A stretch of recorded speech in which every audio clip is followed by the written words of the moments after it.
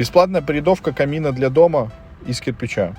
Укладываем первый ряд на подготовленный фундамент, обязательно сверяем диагонали, формируем дровник.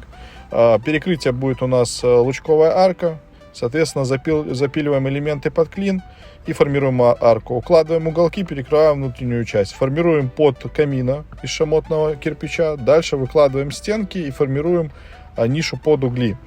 Дальше формируем открытый портал камина. Обязательно не забываем разделять шамотное ядро от облицовочного при помощи базальтового картона. Дальше у нас формируется каминный зуб, который обеспечивает более гарантированное горение, ну и, соответственно, отражение тепла и не попадание холодных газов по трубе.